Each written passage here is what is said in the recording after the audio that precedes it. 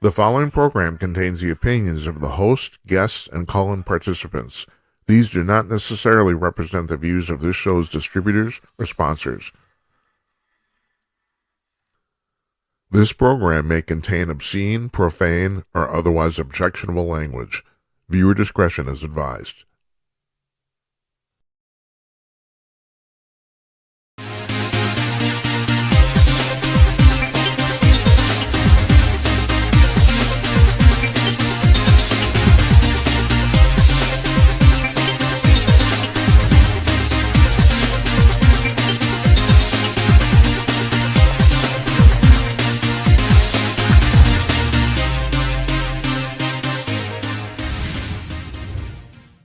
Yeah, coming to you cordless, everybody. It's Monday night, June 2nd, 2025. I'm Jim Peters. Welcome to another edition of Jim Peters at Night. This is episode number 235. Mark your scorecards at home. We'll have a test in 2029. That's when we'll have the test. How you doing, everybody? I hope you had a nice weekend. We have a fantastic guest tonight. AJ Rice is here. Now, if you've never heard of AJ before, he works mostly behind the scenes, but I can't emphasize this enough. He is basically his publicity says he's the GOAT of conservative publicity in America, and he is. And we taped this interview this afternoon, and you'll notice at the very top, I read a partial list. It's a partial list of some of his former and current clients. It's mind-boggling. Basically, everybody in conservative media and conservative politics you can think of, including most of the people in the current administration, he either has or now currently represents. I mean, it's really mind-boggling. So anyway, he's gonna be with us, and he's a hilarious guy. Stick around, watch this. Seriously, this is really cool. Tomorrow night we have Anton Chaikin here, and he's written a book called, I can read. Look at this. His book is called Who We Are, America's Fight for Universal Progress. This is the second volume of 3. He's a really interesting guy. He was the history editor for Executive Intelligence Review for 20 years, up until 2015. And he's got a bone to pick, basically, and we're really interested in talking to him. I'm interested in this particularly. Lately, okay, I don't know why I do this stuff. I do it. I've been reading about the economics of Nazi Germany. And his father apparently had something to do with that. And so we're going to talk. I want to talk to him about that because, so here's the deal. So Himmler, one of Hitler's right-hand men, knew they were going to lose the war. So before that, he set up a cadre of a whole bunch of international bankers to basically temporarily keep Germany's fortunes, which is the primary reason, and no one ever brings this up because it was really remarkable. The city of Berlin was completely trashed by April 1945 when the war was done and Hitler killed himself, supposedly. That's another thing, too. I'll talk about that in part 2. I've always said that I thought there's more evidence that Hitler escaped to Argentina than he died in the bunker, but there's been a new development, and I might change my mind on that. But at any rate, all that money got temporarily taken overseas, and Berlin completely rebuilt in 10 years, which was mind-boggling if you've ever seen the films and how much it was wrecked. The entire city was basically rubble, and then, of course, includes the Reichstag and the Führer bunker where Führer was, So anyway, I watched a guy named Mark Feldman as a series on YouTube, and he did a video on this, and it's really fascinating. So anyway, Anton Chaikin's going to be here tomorrow. Our friend Jeff Meyer from Kong News is going to be joining us on Wednesday. On Thursday, Bruce Solheim is making a return appearance. He was on a year ago. Now, Bruce is a guy, he's a history professor, and I should have looked. I forgot to look. I think it's at Claremont College in California. We'll get that straight. But he's written 11 books, and I'm having him back because he released 2 books in April, and they're both, I would say, graphic novels, but they're not really novels. One is an autobiography, but it's done in graphic novel. It's basically done in comic book form. And the other is a series called Dr. Jekyll Alien Hunter. It's the second of the series of that. Bruce is a really interesting guy. Bruce claims he's been talking with an extraterrestrial named Anzar most of his life. Now, I was going to say adult life, but no, this is actually going back to when he was a teenager. And he says he still speaks to Anzar regularly. Okay. Now, you may think that's freaking nuts. I have a friend who watches this show who doesn't buy any of the UFO stuff we do here at all. None. He doesn't buy anything. And he watched this program with Bruce Solheim on. And he said, Jim, that guy I believe. And that's the thing.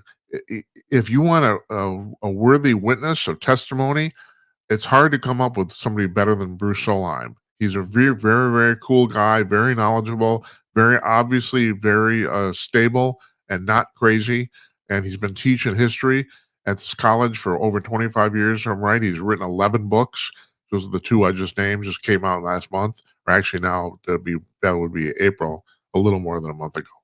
But this is going to be, I'm really glad to have him back. That show we ran, of all the UFO stuff we've done, probably got the easily one of, if not the best response of everything. Because tune in and watch this guy. He is it's an understatement to say he's a credible witness. It is. We're taking most of next week off, Monday, Tuesday, and Wednesday. I have a funeral I have to go to. I think I explained this, and I'll talk if you don't watch every show here. I guess I understand. I don't know why you want it. My cousin Andy, I went to see my cousin Andy in the hospital, the VA hospital in South Minneapolis here. About 3 weeks ago now. 3 weeks ago, and my cousin Mark and I are talking to Andy, and Andy had an allergic reaction to chemotherapy he was getting for liver cancer he had, but they got all the cancer. He was actually doing fine. And I'm talking to Andy, and Mark and I are talking to Andy, and Andy just died right in front of us in mid-conversation. He passed. He just decided, well, I think it's as good a time as any to check out, and he did. Now, he wasn't expected to die at all. I mean, he was doing just fine. And needless to say, that was a little traumatic. At any rate, on Monday, 3 days of funeral stuff starts for him. Both religious and military. And so I'm going to be out Monday, Tuesday, and Wednesday next week. We will run reruns. As a matter of fact, I think we'll rerun the show we're doing tonight. Next Monday night, we'll do that too, because AJ is a really, really good guest. And we got a couple other things. Now, we're doing that now. We are running reruns if we don't have a live show. And that seems to work out really well. Now, I've announced this too. In July, our plan right now is the second week in July, but we might, depending on what happens, we might have to change that. But I'd like to think before the end of July, we're going to start doing some Friday night shows on TikTok only. Yeah, I don't know. I've been bitching on TikTok for years. And yes, I caved. I admit it. I caved. If you can, tell your mom and dad or something, I don't know. Yeah, I'm going to do it because we've been posting shorts to TikTok. I posted a short to TikTok, and I can't remember what show it was about. No publicity, no advertising. I have no followers. We're brand new. 182 people watched it. What the hell? I mean, God Almighty, I didn't even believe it. So yeah, we're one of the things is you have to have 1,000 followers to go live on TikTok. So the plan right now is we're going to do selected Fridays on TikTok only, and then we are going to run the regular show live on TikTok too.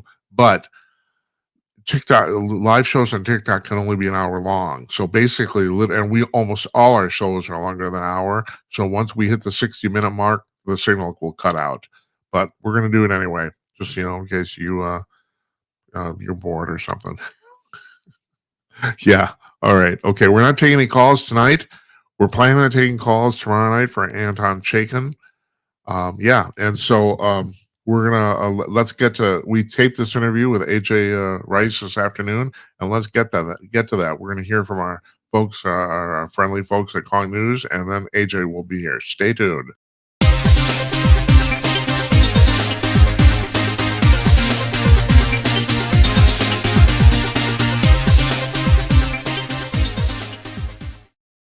Hi all, Jim Peters again for Kong News. Let me tell you one of the greatest things about Kong News. It's free.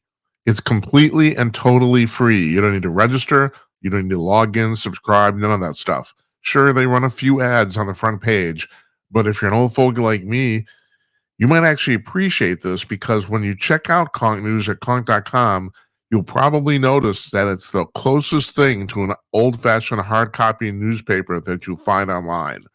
The latest up-to-the-minute news from 75 high-quality sources collected every 3 hours, all laid out with photos and headlines directly from the articles. And when you click on a story, you go directly to that story. No ad page, no interstitial page, none of that stuff.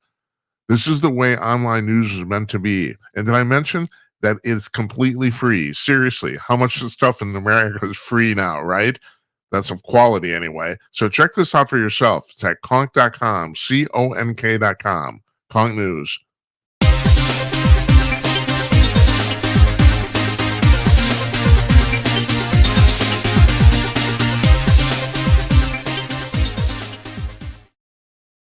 Joining us from his office in Washington, D.C., the undisputed goat of conservative media in the United States, AJ Rice. Hi, AJ. How you doing? That's right. You're talking to the GOAT, okay? Yeah. There's only one in conservative public relations. You know, you got Brady, Jordan, Tiger, and then you got me, right? Here's the deal, though. You're not exaggerating. That's true. I'm going to read for the viewers a partial list of your current or former clients. Here we go. Laura Ingraham, Janine Pirro, Donald Trump Jr., Monica Crowley, Marjorie Taylor Greene, Marsha Blackburn, Vivek Ramaswamy, Tulsi Gabbard, Carrie Lake, Dan Bongino, Charles Krauthammer, Steve Solis, George P. Bush, Dr. Ben Carson, Michael Waltz, Roger L. Simon, Buck Sexton, Ben Stein, Steve Hilton, Alan Dershowitz, RFK Jr., Peter Navarro, Lauren Boebert, Naomi Wolf, Pete Hegseth, Victor Davis Hanson, Newt Gingrich. You vacuumed up everybody in the world. That's right. Yeah. Right, and I'm either full of crap or I'm at the center of the MAGA cinematic universe. You right? I'm Donald Trump's very own personal Kevin Bacon. But okay? you can't be full of crap. Otherwise, none of these people would be with you. I mean, that's the thing. You're not full of crap. So you gave me two choices there. I'm choosing B. That's right. Matter of fact, I should bring this up. The secret's out. I'm actually the puppet master running everything, and I'm taking be here with you right now. Yeah. All right. We had to reschedule this interview because a couple of weeks ago you were going to do it, and you had to go to the White House at the last minute. I know that too. You're a very important man. How'd you get started in this business? You're originally from Philadelphia, is that right? Oh yeah, and look, the audience is going to hear that, and they're going to love it. They're going to love it. And in fact, you're going to have to refer to me going forward the rest of this interview as Super Bowl champion AJ Rice. That's what you're going to refer to me as. All right, as if I did anything except drink and curse that night. Right? I wasn't exactly playing the game, was I? AJ, we're in Minneapolis, so I know. Yeah, so the Vikings, so I can't say anything about Super Bowl champions. So yeah, I bow to you. I want to just thank the Vikings for lending us their stadium in 2017 when we went in and we put Tom Brady on all fours and made him bark like a dog. So yeah. I appreciate that. That was the first one. Okay. Yeah, it was. That's right. That's right. We just knocked down the second one there in New Orleans. So no.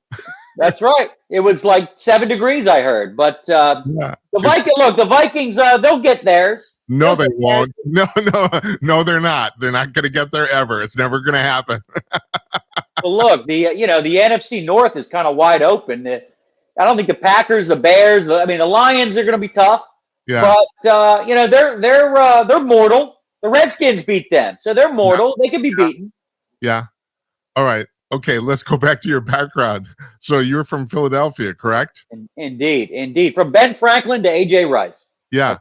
Yeah. And what'd you do in Philadelphia growing up? You play ball? So yeah, no, I grew up, in sort of a Irish Catholic blue collar situation. My parents were sort of the first generation to go to college. They're my mother and father's father. Both of my grandfathers were Irish, and they married two German women. So that works out great for me, right? Yeah. That's why I've got the great skin, Jim. Actually, it did work out well for you. Yeah, and the right demeanor too. Yeah. So yeah, that's right. That's right. It's 5 o'clock somewhere. Anyway, that's right. That's right. Yeah. There's only one rule with that when you're German and Irish, and that is, and I tell everyone this, is the liver never forgets, right? The liver never forgets. Everything else, you can fudge some things. You can have amnesia, right? Go get yourself a facial or something. Go get yourself a massage. But the liver never forgets. You always got to be careful when you're Irish and German.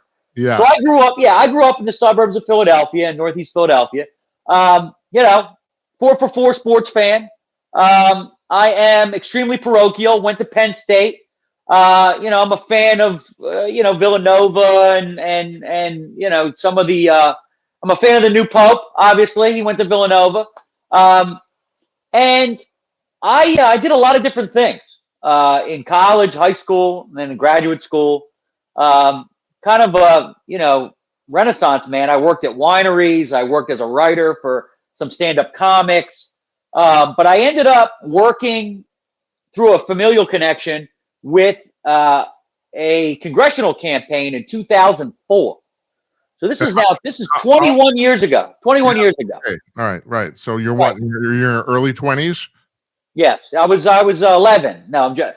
So yes, exactly. So it was actually a special election, and it was the gentleman's name was Mike Fitzpatrick. He won the election.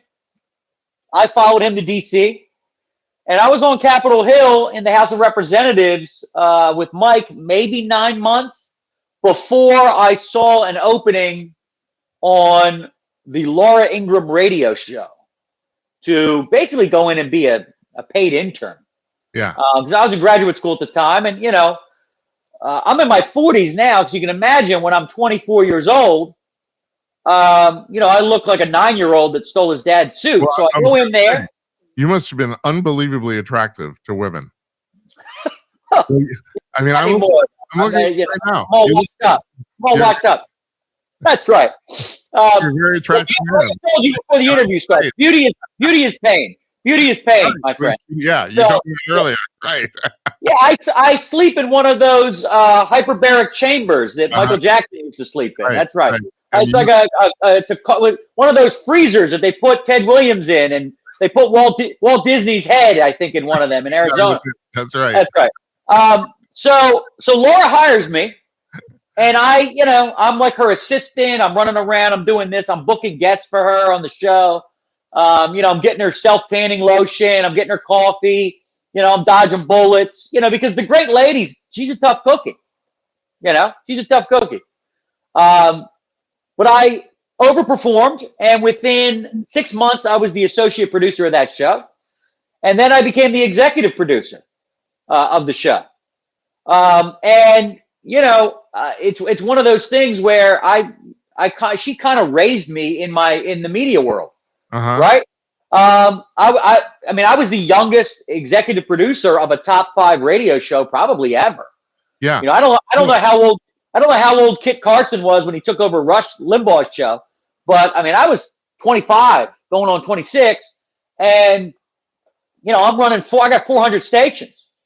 Yeah. I'm traveling the world with her. I was in Israel. I was here, there, all over the place. And AJ, I have to ask you this because people are wondering. I know people wonder this a lot. I know the answer to this question, but I want you to talk about it. What does a producer of a national radio show do?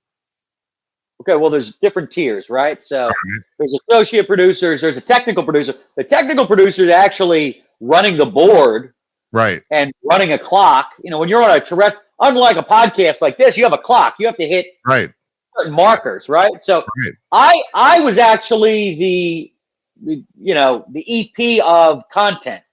So I helped decide which direction the show would go in.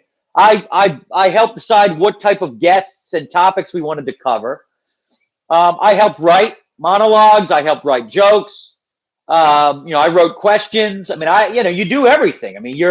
then they taught me how to become a technical producer. So, I mean, I come from an English literature, political science background. So I don't know, this is 20 years ago now. There's different ways of doing this now, as you can see by Jim and I here on this show.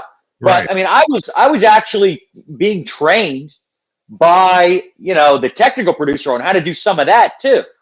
Cutting sound bites and things like that. So, you do all of that, right? It's, it's all hands on deck. And look, Laura and I clicked, she came from pretty much nothing, got herself into Dartmouth, got herself into UVA Law School, was a speechwriter in the Reagan White House for Bill Bennett, and then went and clerked for Clarence Thomas on the Supreme Court. So she's tough. She's from Connecticut, her mom worked in a diner, and she is still like my big sister to this day. I go on her TV show now. It's funny because, she's my former boss. It's that your former boss is interviewing you. That come a long way. Yeah. Right. And it's funny because when I go on the show, I talk to her the way I talk to her. I talk to her like this. So she's Ingram. Hey, Ingram. She's asking me questions, and I'm calling her Ingram. Yeah. So it's funny. Every time I go on Fox News and do this, people start emailing me or emailing the website. I had this one lunatic call the 1-800 number, and they say this. I swear to God, all right. Well, listen to the voicemail. And look, we have the 1-800 number that's a public number because there's nuts. Yeah. There's nuts that they don't like any of those names you rattled off earlier. No, I know that. I know. So this nut calls and goes, doesn't say his name or anything. He just says, her name is Laura. Her name is Laura. You're so disrespectful. You think you're tough. You're trying to do some kind of Northeast Irish stuff like O'Reilly. By the way, he calls him O'Reilly. We call him Bill. Bill O'Reilly.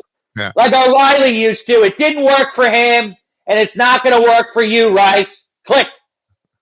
Dude, I thought it was one of my people pranking me, but apparently it was real. Apparently it was real because I got an email from the wacko too.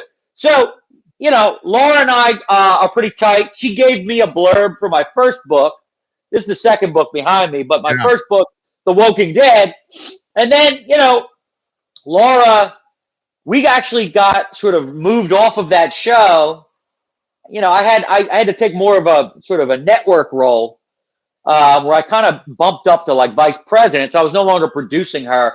But then I was brought in to produce Monica Crowley's show. And Monica and I, again, just like with Laura, these are like my two big sisters. I was with her for only 2 years. Again, she gave me a blurb for the book. I'm, communicating with them all the time. They're both mentors. They're very different. I call them fire and ice. And, they kind of pull. Which one's the fire? Which one's the fire? Monica. Monica. Yeah. Okay. Yeah, definitely. So, Monica's a happy warrior. She'll shiv you with a smile. Uh-huh. Right? You know? And look, we want to congratulate Monica here because last week she was sworn in by Marco Rubio as an assistant secretary of state. Yeah. An ambassador for a protocol, which carries an ambassadorship level position. So, she's in the White House. Half the White House. Look, Publius PR, my day job, is kind of like the Indeed.com for the White House. Yeah, no shit. If you hire Publius PR and me, Kevin Bacon, the MAGA Maha Kevin Bacon, right? 1 or 2 degrees of AJ Rice, and you got yourself a job in the White House. Look, you never know. J.D. Vance might be president someday. Donald Trump Jr. might be president someday. Pete Hegseth, my boy, who I never saw drink alcohol. He and I only ever drank, O'Doul's together, right? I've known him for 20 years. You never know. He might run for president. You don't know, Look, I've been in this business a long time, on the Hill, and as a producer for Monica and Laura, and I did a show for John Solomon. I helped Glenn Beck launch the Blaze Radio Network, which included Buck Sexton and Chris Salcedo and some others at the time. And then I started doing this, PR. And I've been doing PR since 2013, 2014, so about a decade. How'd you make that transition? What What's was that? How'd you make that Well, transition? it wasn't hard. It wasn't when you're Ask you to yeah, it wasn't, to rep them? Is that what happened? no, it's not hard. It wasn't hard. It probably should have been. It probably should have been. But, you know, I was just sitting there thinking to myself, you know, because producing some of these shows is kind of a young man's game. But I was like, what else can I do? And when you're producing Ingram, and look, I was overseeing a network that included Mancow and Michael Savage, Jerry Doyle. It included, you know, Dr. Laura Schlesinger, Tammy Bruce, all kinds of people. Ben Shapiro worked there with me. You know, you end up on 1,000 of these lists. You're on our list. So you end up on these lists of PR firms, and you've got, you know, so the audience knows you've got incoming all day long, right? So, you know, if I'm the host of the AJ Rice show, I'm getting emailed all day long. Put this guy on, put that guy on. And I'm just sitting there staring at it, and I'm thinking to myself, you know, why don't I cut out the middleman? Everyone knows me already. Right. I can do this. Right. I have all the contacts to all the shows from all the affiliates. And look, it doesn't help to have Andrew Breitbart and Monica Crowley and Laura Ingraham in your corner when you first start doing this. No. Which I did. So, you know, I mean, so I basically reverse engineered. So rather than being, you know, the person answering the door, I'm the person knocking, you know, the person doing the harassing, like we harass you, Jim. We harass you. You know, I don't want to lift your skirt up totally, but ladies and gentlemen. Oh, no, you do. Okay. Ladies and gentlemen, a lot of Jim's guests here, a lot of Jim's guests on this show come from publicist PR. That's right. That's correct. So I'll let you in on another little secret, and I've said this 1,000 times, and none of them have seen it, I guess. All of my competition still have me on their list. Yeah. So I see, because my email hasn't changed. So all of my PR competition are still emailing me to get on Laura's radio show. Yeah, they haven't removed me. I know where everyone's super carriers are parked. I know where every freaking battalion is. I can spring traps at any moment on any of these people. And I say this over and over again on camera, and none of them do anything about it. Yes. Because Jimmy Boy, unlike Publius PR and my team, which is a team of killers, Kim and Drew and Sutton and so on, they're lazy. They're lazy. They're lazy. They're in a set it and forget it mode. So that brings me to, so then I start doing PR, right? Yeah. And look, things did change when the OG came down the Golden Escalator. Things changed. Well, hold on. I got to ask you though. You said that producing was a young man's game, and this is not a rhetorical question. Seriously, how the fuck do you do it? I mean, my God, you got all these clients. Your staff is not that big, as far as I can tell. I mean, what are you working like 20 hours a day, 7 days a week? What are you doing? I mean, I am. Yeah. I mean, look, my team, they're tough cookies too. And a lot of them they have producer backgrounds. Right. So they're cut from similar cloth. And I stashed half of them I've got stashed on the West Coast. So they're up doing stuff when Kim and I and Alaria and some of my, Kelly and some of my East Coast people shut down. They're just ramping up out there. Yeah. I mean, we're in the content business, and there's really no holiday or downtime. There isn't. Okay, I got another question. You were talking about your competition, and this is not a rhetorical question either. Why are so many people either lazy and or stupid? Well, and look. Why? Well, and it's not just in the PR world. It's pretty much right. It's pretty much everywhere. I don't get it. That's right. But they are. Stupid, maybe you can't make up for, but laziness is, all you have to do is work harder. It's not that hard, Well, look, I like to think of myself as like a Billy Bean of PR in the sense that, I've, created a system here, and the system is different than the system all these other PR people are using. And I'll just tell you, most of those people out there in the world, they subscribe to a service. It's a database service. And there's a bunch of them. And the contacts that they pitch are only the people in this service. That's it. Uh-huh. So they pay a fee and they log on, stoned, eating Little Debbie treats and drinking Dr. Pepper. They log in Fried and chicken. they hit send. Did I just date myself? They hit send. They hit send, and then it goes out into the ether, and then they go take a siesta, see what comes in. They see what comes in. Whereas, look, I created my own database. I created my own system. I am the database. Yeah. And each one of my people come from different walks of life where they actually came to Publius with their own proprietary list. Right? Yeah. So like if you're a client of ours, one of our people will pitch you and you'll get certain shows, but then if I rotate the client to someone else, they'll get different shows. Right. And I've got a board here that looks like something out of Minority Report, and I'm looking at it like 4D chess, and I'm moving pieces around constantly, right? To see who needs love, who needs hits, who needs that, And look, it doesn't hurt to have the amount of stars, platinum records on the wall, New York Times bestsellers, and this and that, because our currency is relationships. Right. So when you help Donald Trump Jr. get on the New York Times bestseller list, I mean, that in and of itself is PR. We do PR for ourselves. I mean, and that's we'll get to this in a minute, but that's partially the reason these books exist. Is so that, because here's the thing, Jim, no one wants a coach who doesn't play the game. So most of these PR people, they sit in their little freaking Venetian blinded cubicle, farting, doing whatever they're doing, right? Whereas I'm in the arena.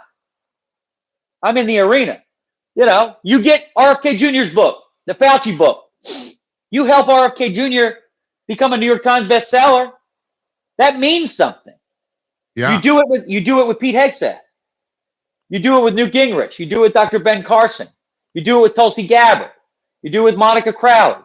You do it with, Victor Davis Hanson, Alan Dershowitz, whoever it is.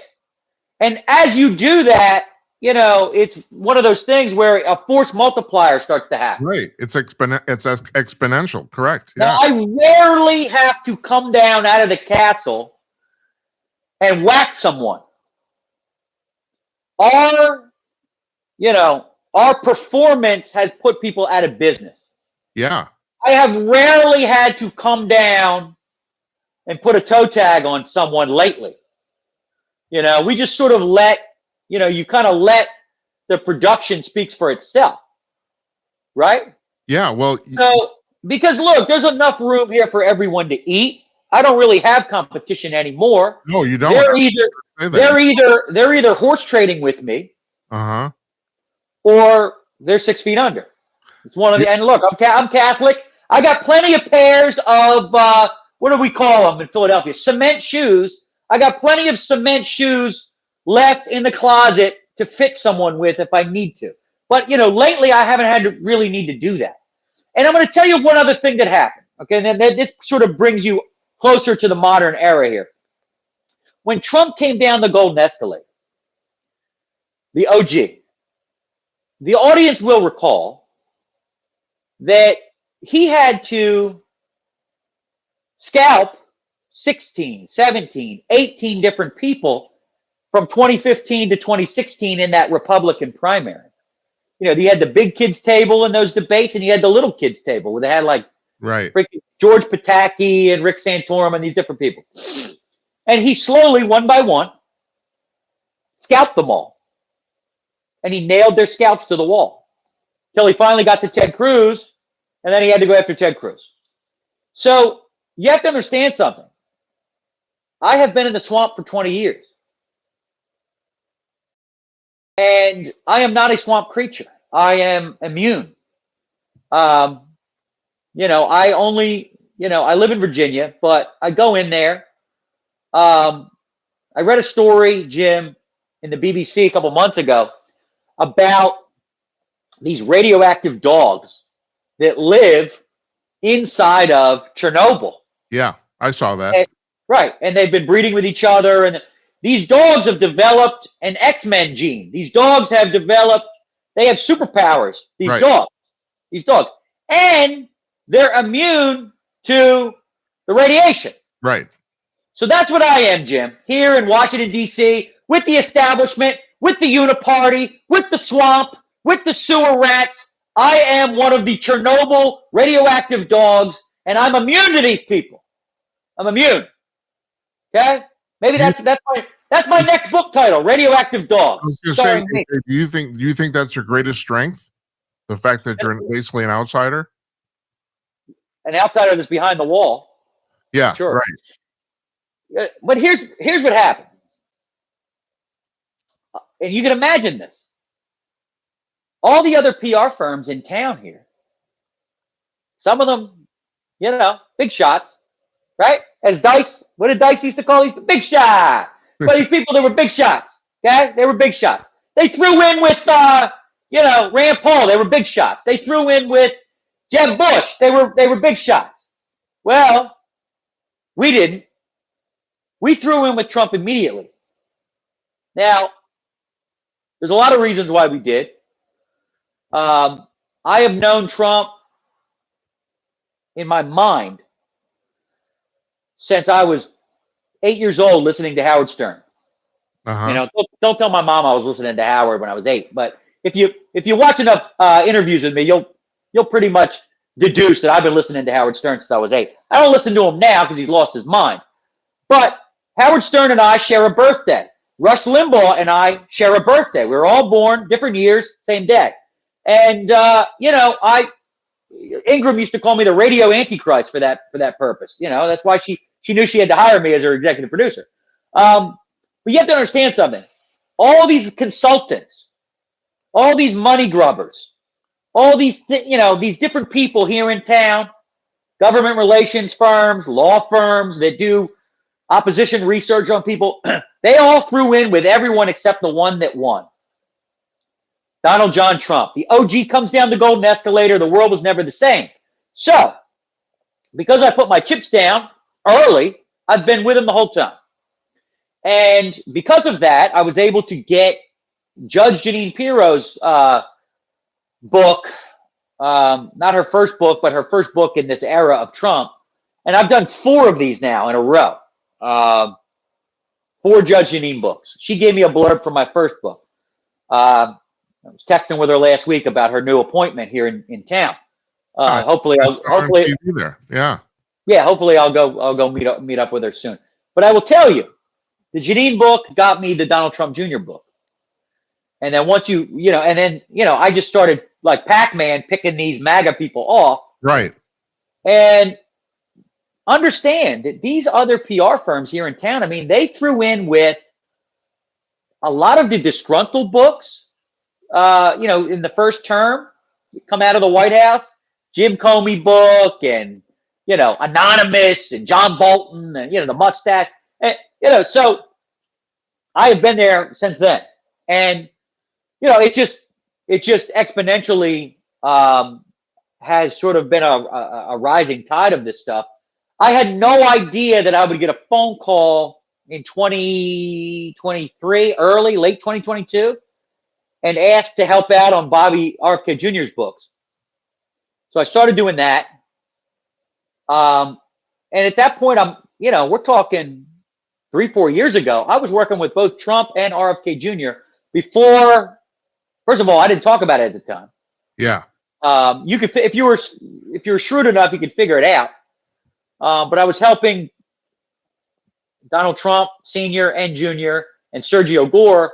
They have an imprint called Winning Team Publishing. So I'm helping out on those books, and that's like MTG and Carrie Lake and Charlie Kirk and Peter Navarro. I'm working on that, and I'm helping Bobby. Then I got hired to help Bobby with his super PAC. Then I got a phone call from Vivek Ramaswamy's campaign, asked if I could help out putting their surrogates in media. So I said, all right. So there was like an 18-month period from late 22 into 24 where I was working for RFK Jr., Trump, and Vivek all at the same time. So I was the general manager of, the Minnesota Twins, the Philadelphia Phillies, and the New York Yankees all at the same time, right? Yeah, right. Didn't talk about it till it was over. Hey, AJ, did those campaigns know that themselves among each other? Did they know that you were working for all of them? I have no idea. They do now. Yeah. They do now. I mean, I don't spike the football till it's over, till it. But they, progressively, Vivek shut down his campaign. I mean, these things sort of spin out organically. Yeah. We're like 7-Eleven, right? We might not be doing business, but we're always open. And Yeah. the reality too is that these were, and DeSantis too, although we didn't work with him, these were the main anti-woke guys. These were the main anti-globalist guys. So why wouldn't we, you want Derek Jeter in your lineup? Yeah. Right? You want Kirby Puckett in your lineup? I'm here for you. So, and we were doing different things with them. We were not doing all the same thing. But I got to tell you, when I saw RFK Jr. on stage together, this is a huge moment for Publius PR. Because we played a part in that. Yeah, you won twice. Yeah, right. Yeah. And then look, and this was never supposed to be this way. And then when they start doing the cabinet, I mean, if I sent you the list is crazy, and it gets longer by the day. I mean, just at the top, Scott Bessent's our client, Treasury Secretary. Tulsi is our client. Hegseth, Michael Waltz. And then you work your way down. Like undersecretaries of the Navy and the Air Force, and general staff. Monica's now in there. Tammy Bruce is the spokesman for Rubio. I mean, if I sent you the list, you'd be like, oh my, Vivek was part of Doge. You keep talking about your competition. It seems to me that basically you have a monopoly now. It's like you are representing pretty much totally of anyone. Yeah, I know. And the thing is, legally monopolies, you have 80% of the market, but that would be hard to figure out in what you do. But for all practical purposes, it seems like you do. I mean, represent everybody of any import anyway. Believe it or not, the never Trumper PR firms still exist. They are still putting their authors on CNN and MSNBC. They missed history unfold here. They're still looking at their watch, waiting for Trumpism to go away. They're like the last Japanese soldier. I think the last one emerged 1972. He comes out. Yeah. His name was like Hiroshi Unadi or something. The last Japanese soldier that comes up, he still thinks World War II is going on. Yeah, and he knows where. It's over. It's over. You lost. Yeah. Right. Okay. And look, Trump is a counterculture icon. We are not going back.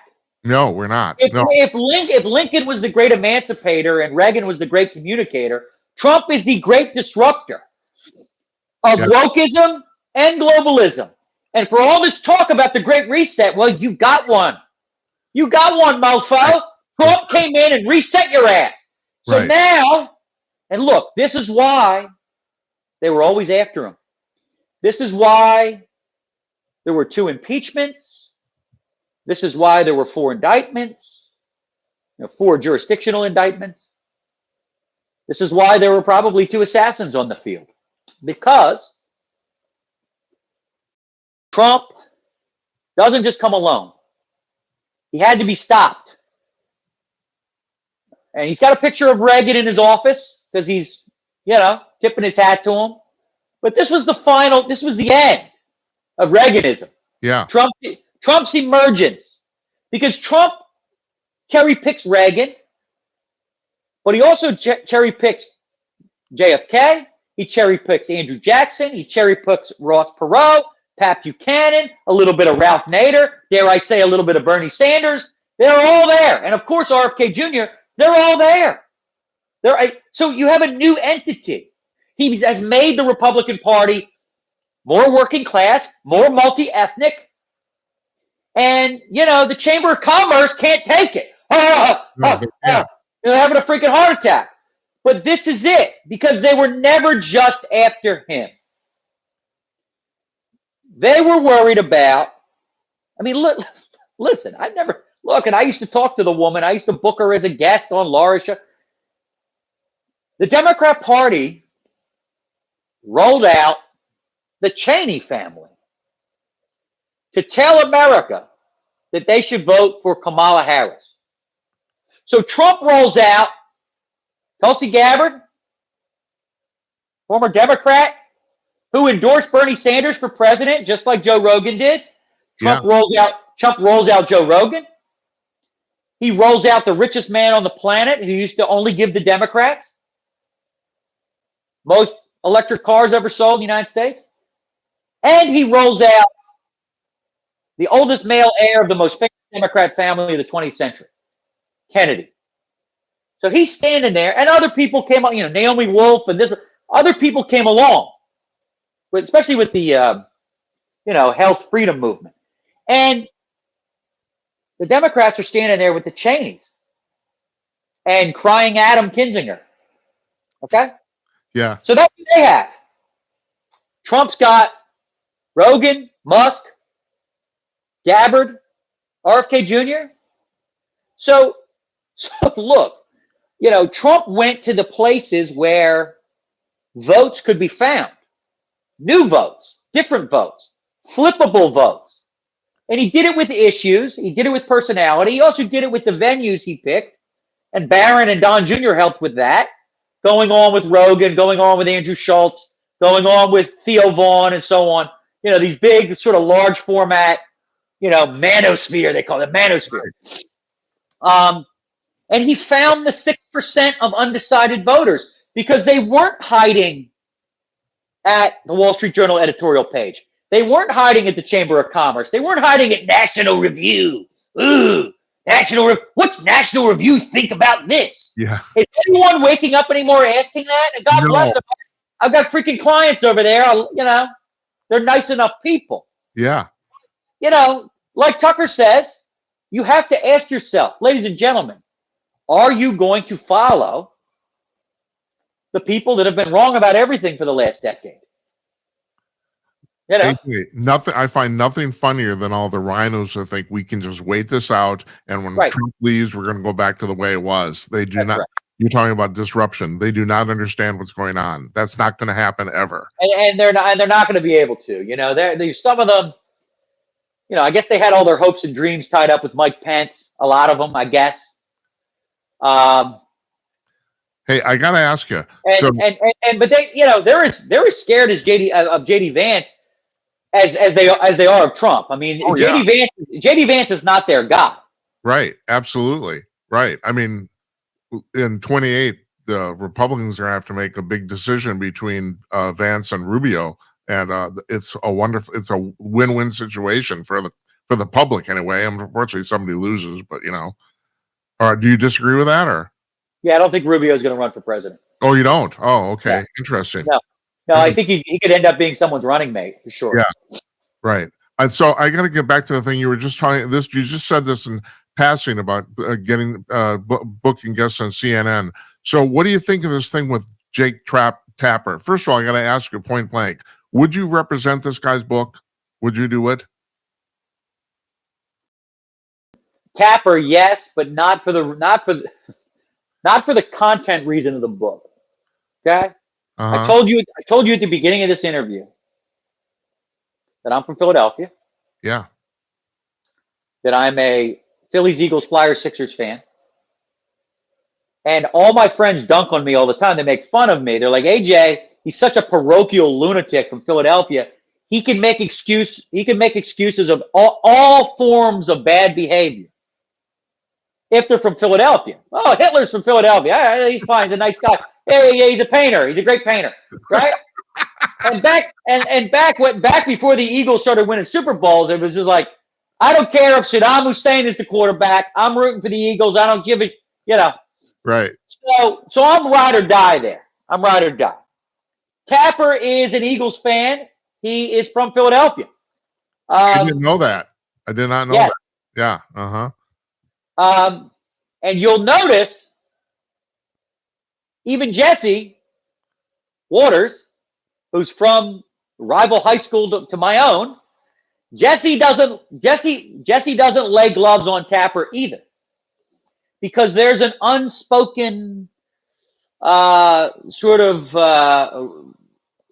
omerta style sort of code among all of us. We rarely will hit each other. I mean, there's been times where I've made fun of Chris Matthews for sure. Okay. Yeah. Chris Matthews grew up in Norristown, Philly, and in Norristown. He grew up right near where Tommy Lasorda grew up. Mike Piazza grew up. So, Bradley Cooper is actually from that area over that direction. So it takes a lot for me to hammer a Philadelphia person. Now, one that I have hammered, because she betrayed us, is Taylor Swift. Okay? She was an Eagles fan. Her father's an Eagles fan. She's from Wyomissing, Pennsylvania. She grew up on the main line out near, like, where Michelle Malkin and Juan Williams and Michael Medved and some of these, they all grew up that, Kobe Bryant grew up that way. And she's going in the studio wearing Eagles gear until she starts dating Travis Kelce. Right now, she's a Chiefs fan, right? But you're not going to forgive her for love? No. I mean, the only reason she switched is because of love. I mean, the question is, like, do I dislike her because she endorsed Kamala, or do I dislike her because of the Chiefs? Yeah. What's the answer? The Chiefs. The Chiefs, right? Yeah. The hell with Andy Reid. Andy Reid went to 5 NFC championship games. He won one of them with Donovan McNabb, and then he lost the Super Bowl. Okay, then he goes to the Chiefs, and he wins all these Super Bowls, including one against us. Now we're 1-for-1 against him. Okay, he won one, and we got him. We got him this year. So now, look, I'm just busting balls. I mean, the reality is that Tapper. Yeah, I'd help Tapper. But let me just make because I haven't been asked to help Tapper. Let me make a point about this. Yeah. And I think Jon Stewart made this point. It's a good point. These are journalists that were closer to the mark, were closer to the politician than a lot of us were, especially Fox News people or conservatives. They were around Biden, and Tapper knows Biden. Here's the thing. Tapper is a left-of-center guy from Philly. Biden, Tapper was at ABC before CNN. Biden's wife is from Philadelphia, Jill. Biden was taking that freaking train, the Acela train, going up and down from D.C. to Wilmington. Tapper's on the train. Biden's from Scranton, right? And here's the thing. Your audience may be shocked about this. The president, although he wasn't president at the time, that I've interacted with the most is Joe Biden. Because Joe Biden never met a green room he didn't like. Joe Biden used to graze across the green rooms of Washington, D.C. I can't tell you how many times I was in a green room with Ingram or with Monica, and they're doing hair and makeup, and Biden's sitting there waiting to go on with someone, Chris Wallace or, O'Reilly or whatever the hell it was, right? Britt Hume, whoever it was, always. And, the guy was like an Irish ball-busting, Uncle Cracker type guy. Yeah. And he was sharp. He was. Yeah. And I was around him maybe a dozen times in my 20 years, even a couple times when he was vice president too. And that is not the same guy that we were watching. Right. Tapper had to have been around him. If AJ Rice is around him a dozen times, Tapper had to have been around him way more. 500 times. 500 times. At least. At least. They knew he was shot. They knew. They played a game because he was their guys wearing their freaking jersey. And they were going to ride it out until Trump came in that debate and just, ripped the emperor's clothes off and just, shined the freaking bat signal down on it. And they couldn't lie anymore. Everyone saw it. Yeah. Hey, I have to ask you, though. I have to ask go ahead. About that actual debate. Uh-huh. Why did Biden do it?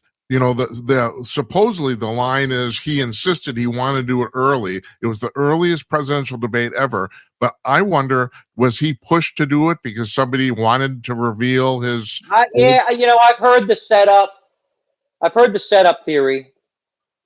Set him up early, get him out early. Right? Exactly. But then if you're going to do that, you got to have a better backup plan than Kamala. You should have had a brokered convention, or you should have had a primary or something. Yeah. And they didn't do that. They just inserted, the first Indian and the first Jamaican and the first Jamaican jerk chicken and the first samosa maker and the first Lejeune cook and whatever the hell else. But I don't buy that. I think hubris. Right. That's what I was wondering too. Right. I think the 2020 election was a dress rehearsal of authoritarianism, and I think they were fully prepared to do it again. Right. We have him debate once. He needs to just get through it. Remember, he didn't do anything for 6 days, and he's he's getting injections. I also wonder if they knew he was progressing, and if they waited longer, he would be worse. I wonder about that. So he was insulated. There was about a dozen staffers that ran interference, including the wife and Hunter, and they were perfectly okay with parking him again in the basement, and see if they could come up with another 81 million votes like they did in 2020. And miraculously, 10 million of them vanished. I don't know where they went. Maybe they self-deported. I don't know. I don't know whether they're at the morgue. The dead people They might be at the bottom of the Potomac River. I don't know where they're at. I don't know where they're at, but they vanished. And the rest is history. That's the thing. The Democrats are now working on a situation, and I'm by no means, I'm not here to give them advice. I want them to keep doing what they're doing. Yeah. And we'll keep winning elections. But since the 2008 primary with John Edwards and Hillary Clinton and Barack, they haven't had a real primary since then. Not a real one. Not really.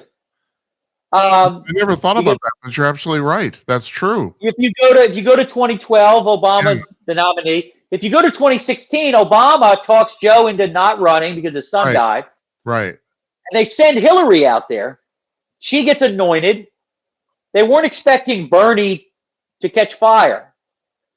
But as Donna Brazile catalogs in her book, they rigged those primaries to help Hillary. They gave Hillary debate questions before the debate. Debbie Wasserman Schultz and the DNC rigged the convention with these super delegates to make sure Bernie's people couldn't get any votes. Right. So they rigged that election against Bernie Sanders. And lo and behold, and I've been saying this for a decade now, lo and behold, 2 weeks ago, Bernie Sanders is on with Andrew Schultz on his podcast, and Schultz basically says this to him. And Bernie agrees. Bernie agrees. Because if you fast forward again to 2020, you have a situation where, I don't know whether you remember this, but Mayor Pete and Bernie Sanders were at the top of the Iowa caucus. Then they go to New Hampshire, and no one knows who won. Do you remember this? No, actually, I don't. I don't remember. They couldn't remember who won the New Hampshire primary. And this is where the machine kicked in again. Because it was after Iowa with Bernie and Mayor Pete. Go to New Hampshire. There's no winner. Oh, AJ, wasn't that they didn't? No one remembered. It's that no one they didn't quote unquote figure it out. Wasn't that what it was? Or is that how they put it? They couldn't decide Well, who is like they couldn't figure out who won, or that's what they well, said. Elizabeth Warren and Bernie Sanders both are in neighboring states, and they were kept from winning somehow. And that brings me to the moment that the deep state shows up, or whoever, Democrat Party bosses. Because somewhere there in that 3 weeks between New Hampshire and South Carolina, all of a sudden, people are getting out of the race. There goes Amy Klobuchar. Right, I remember that. There goes Mayor Pete. Mm-hmm. So these people start. Kamala's already gone. She couldn't even make it to 2020. Oh, that's right. Right. Crazy Eyes Cory, he's out of the race. Cory Booker. They were lining things up so that the last king of Clyburn, James Clyburn, the last king of Scotland, Idi Amin, the House of Representatives has their very own Idi Amin. And he's got this little tiny district in North Charleston where no white people live. And he's been able to sit there for 40 years. Yeah. He makes the endorsement of Biden. And the House closes ranks. The black vote closes ranks. Obama's involved because they're going to say to themselves, oh my God, Bernie, or maybe this gay mayor, may win.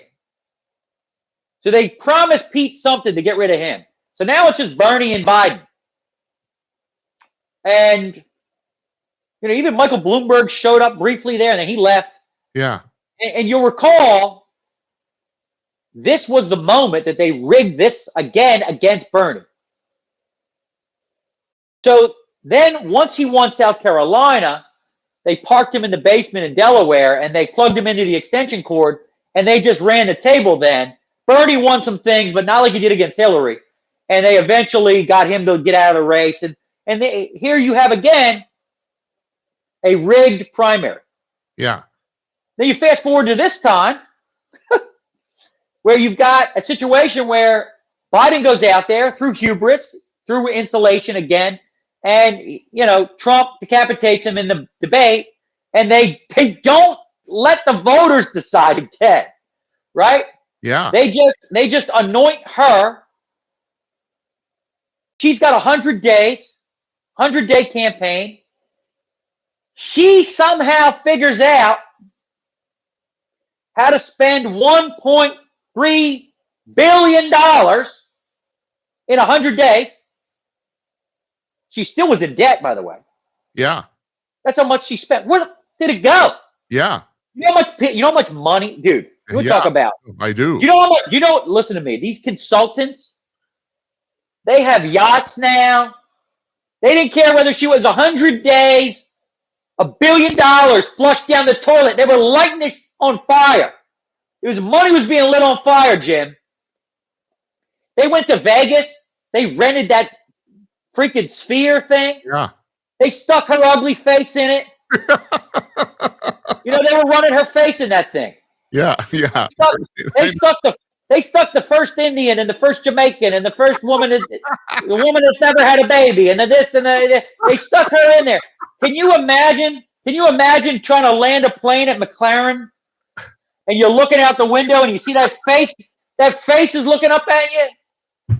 You're freaking skid. Listen to me. You're gonna skid off the runway and the plane will end up in the Bellagio fountain. You're right. So this is what they did. AJ, I gotta ask you as an aside. I mean, you're really plugged in here. Is she as stupid as she looks? It appears so. Yeah, okay. That's what I thought too. But I want to. So. And look, she obviously has low self-esteem. I mean, look. Here's the thing. She couldn't even find a husband until like a couple weeks ago. No one would marry the woman. That's right. No one would marry the woman. I mean, she's obviously a nightmare. I mean, say what you want about Hillary. She's been married for like 40 years, 50 years. So she found a husband on layaway. And he was exactly the construct that she needed. Yeah. He's got Hollywood money and this and that. Right. Got the wacko daughter. He likes to knock up the nanny and slap ex-girlfriends in the face. He's the face of masculinity. That's right. That's what the Washington Post told us. Yeah. So look, she may try again, but the Democrat Party, they've got a problem. Yes, they do. And they have not had a real primary. And when they do, and they see it going the wrong way, they rig it. Yeah. So say what you want about the Republicans, as much as Mitch McConnell and Paul Ryan and John Boehner and the Bushes and the this schmuck and that schmuck, Trump was the nominee 3 times. That's only been done by Nixon and not consecutively. Nixon was the nominee in 1960, and then he, right. in 68 and then 72, but not in a row. So, Trump is in rarefied air here, not just as a Republican, but as a president winning non-consecutive terms. And Grover Cleveland did it. But what you're getting now, because of all of this, it's not just because America sent someone. And look, America has an uncanny ability to produce the exact person we need at the exact moment we need it. I don't care whether it's Andrew Jackson or Ulysses S. Grant or JFK or Reagan or whoever the hell it is. Yeah. And some people read the room and saw it, and some wackos didn't. And they're still, like we said earlier, they're still fighting the never Trumpers. They're still. Trump is like white blood cells flying towards an infection. That's what he's like. And look. Well, I have to ask you, did you see it right away? Did you know? Yeah. Did you right Absolutely. away? Absolutely. Okay. Disruption. Right. Disruption. Right. Immediately. Right. Unlike the first time where he rolls in here, and look, you have to understand too, Trump is the only president ever elected that never was elected to another office anywhere else. Right. Or had not been a general. Right. Only Eisenhower, but Eisenhower was in the military, right? He was the head of the army. A lot of that. There's a lot. There's more than just Eisenhower. Right. Zachary Taylor, George Washington, Ulysses S. Grant.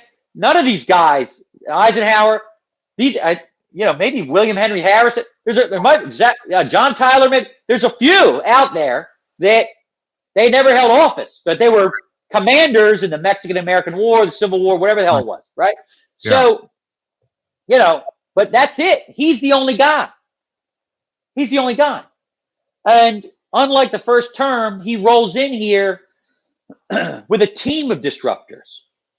Because he learned the first time where he comes with the Tillersons and the H.R. McMasters and this spy and that spy and Scaramucci and all these freaking people that should have been nowhere near the White House. They were there. He rolls in with a team of disruptors, and there's no sunlight between them. That's why they're trying to get in there. Yeah. They're trying to get Cash, and they're trying to get Bondi, and they're trying to get Hegseth or Besson or whoever the hell it is. They're trying to find where the leaks are, and I'm telling you right now, as someone that communicates with all these White House people all the time, there's no sunlight. They are interlocked, shield to spear, like the 300. Right. And the irony is that if for the Democrats, by denying him the second consecutive term, it probably made it a lot worse for them in the sense that he had 4 years to think about what he was going to do next, And you're getting the MAGA Avengers now. Yeah, right. And you're getting RFK Jr. Yeah. Right? And the richest man on earth thinks you're a disgrace, and the most listened to podcast in the world thinks you're a disgrace. So, and you are a disgrace. And I read, and I know we're here to talk about the book, but this is more fun. I will tell you. Just the other day I see the Democrat Party has met in secret, and they formed some kind of group that's called studying the American male, or a discussion with the American male. So and they're going to put $20 million. That's it, by the way. Yeah. They just let Kamala burn $1 billion. They're going to spend $20 million to find out how to win young males back. know? Yeah. How about you start with the fact that there isn't 72 freaking genders? Maybe you Right. should start there. Right. Here's the thing. The Democrat Party that has been led by this sort of third and fourth wave feminism. It's not just the Me Too movement, it's more than that. For the last decade, as the millennials have turned 40 and Gen Z's turning 30 now, they have basically put males into two categories. At best, men are unneeded, and at worst, men are sexual predators, toxic scumbag, Right. That's right. POSs. Right. So that's a very good way to put it too. At the very best, men are unneeded. That's right. So, and you know what? It's not just white men. No, it isn't. Hispanic Catholic males don't want any part of them. Right. And Trump just got the biggest share of African American males ever. Yeah. Since Eisenhower. So you blew it, to quote Bobby De Niro in Copland. And I don't know whether you're going to be able to get it back. You've got a real problem, because for all your talk about white privilege and toxic masculinity and the patriarchy and on and on and on, the subtitle of this book is Bringing Racial Harmony to Very Fine People on Both Sides. And I just want to give a shout out to all the very fine people watching today. But I will tell you, there's only one person that brought racial harmony. How is it that Donald Trump was able to get the Muslims in Dearborn, Michigan to vote the same way as the Jews in the suburbs of Philadelphia? Yeah. How did he get all these how did he increase with African American males in Atlanta and Phoenix and Philly and Detroit? How did he do it? Green Bay. How did he do it? How was he able? So there were two blue walls that went down. One that went down in the Great Lakes region, the Rust Belt, right? Pennsylvania, Ohio, Michigan, Wisconsin. So that collapsed. But there's a second blue wall. The second blue wall runs, from El Paso to Corpus Christi, Texas. Okay? Where all those counties were all Democrat counties. And now they're all red. So what did you do? How did Trump win Nevada for the first time since George W. Bush in 2004? Hispanic Catholics, yes. Also, the SEIU union, which is supposed to be left-wing, they heard no tax on tips. The Service Employees International Union that runs all the freaking casinos, all the bartenders, all the, the ladies of the night. No, I'm joking. My point is, he built a new coalition, because we were no longer going to win drinking our green tea, eating our tapioca pudding, going to war with the heroes that were captured, John McCain, the heroes that weren't captured, Mitt Romney. We were never going to win again with the Mitt Romney, Mitch McConnell world. So we had to do something else. So Trump rebuilt a different coalition. I read your book, of course. It's fantastic. I do have just a little logistical question. Did you mention somewhere, because I didn't pick it up, why you chaptered the book based on months? Did I miss something there? Or? Yeah. So the book has 12 chapters, ladies and gentlemen. It runs from January to December. These are the 12 months of privilege. Okay? Yeah. Go to the table of contents. And what I did with the book is I went through an entire calendar year defending the West, defending Western civilization, defending the middle class, defending the nuclear family.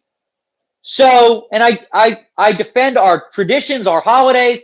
So obviously the 11th chapter is November. I'm defending Thanksgiving and the Pilgrims. And so, right? So Columbus Day is in October, the 10th chapter. So you go through all the chapters, and I go through an entire calendar year of this garbage as touchstones, because as you know, homeboy, I'm a multi-level marketer here. So of course I did it. There's some formula I created, right? Always a formula, because you could go through and look, that allows you to jump around.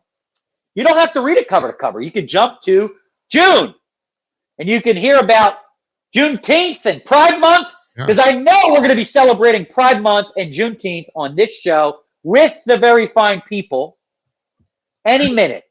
I don't know if you know this, AJ. I used to work for a gay organization, so actually that actually brings me up. Being from Philadelphia, so it's a Democratic stronghold. Have you always been conservative, like going back to a kid, or did you? Oh, you have, huh? Interesting. Well, I mean, look, I'm Irish Catholic, so I'm like a South Park Tarantino conservative. Like I've never been Mr. Goody Two Shoes. I'm a rule breaker. I'm a disruptor myself. Right. So have I always been a right winger? Yes. I volunteered helping Bob Dole in '96 and George W. Bush in 2000, and so yeah. And I grew up listening. I'm a Rush baby. I'm a millennial. I'm an older millennial. I'm a geriatric millennial. But I grew up with Limbaugh, right? And talk radio, Michael Savage and Levin and Howard and Opie and Anthony and some of the politically incorrect comedy type stuff. I mean, I grew up with Rodney Dangerfield and Dice. I grew up with Dennis Leary. I grew up with South Park and The Simpsons, right? So, it's Always Sunny in Philadelphia. I like comedy with no rules. Yeah. Well, that's the best comedy. There's just no doubt about it. I ask you that because I've always wanted somebody to do a survey. As far as I can tell, this has never been done, of a poll of how many conservatives were former liberals, and also vice versa. But I don't think my experience is there are very few conservatives became liberals. I know I'm a former liberal. Well, I mean, they go that direction.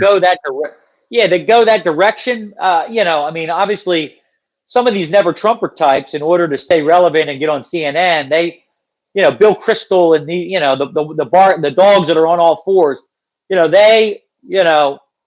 say whatever. Well, right. That's the thing. I don't, they will say. That's a new phenomenon, and that's Trump. That's Trump related, right? It is derangement, right? Yeah. I mean, there were some people like David Brock who founded Media Matters. He was like a gay conservative activist that became a left-wing one. I mean, Ariana Huffington was a right-winger. Yeah. She used to run around this town with Laura. Her and Laura were buddies, and I think they still are. But they were like party girls. Yeah. Like they were running around this town in the Reagan era and the Bush Senior era, wearing freaking animal print mini skirts and drinking cocktails. And, she was a right winger and then became a left winger. And now she's some kind of, she's on the, I don't know whether you know this, she's on the board of Uber, so she doesn't have to work ever again. She was given shares. She was part of the whole Uber fiasco when they went, there's a TV show about it. Uma Thurman plays Ariana. But I mean, she's now like a sleep guru and like got into like Eastern meditation and this and that. She wrote a book on how to get a good night's sleep or something. Anyway, so she sold the Huffington Post to AOL. Yeah. Who then bought it. Time Warner bought it, so Warner Brothers owns it. Right.